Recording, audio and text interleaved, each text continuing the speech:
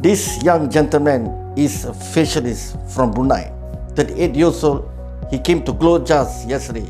Today is day 1. The goal of hair transplant was to increase his confidence level and to improve his appearance. He was suffering from male pattern hair loss level 3 and 1,800 grafts were extracted.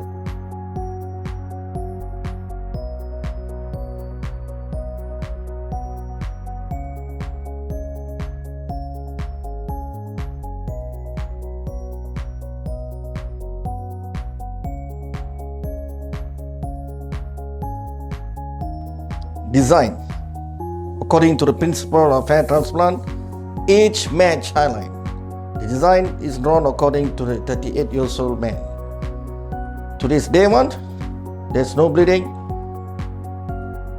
all the graft intact, there's some swelling that is going to reduce. This is the hairline, and this is called the irregularity. Thank you, Prof, Dato JasG. And for the staffs, they are very accommodating and I feel at home. Thank you, GLOJAS.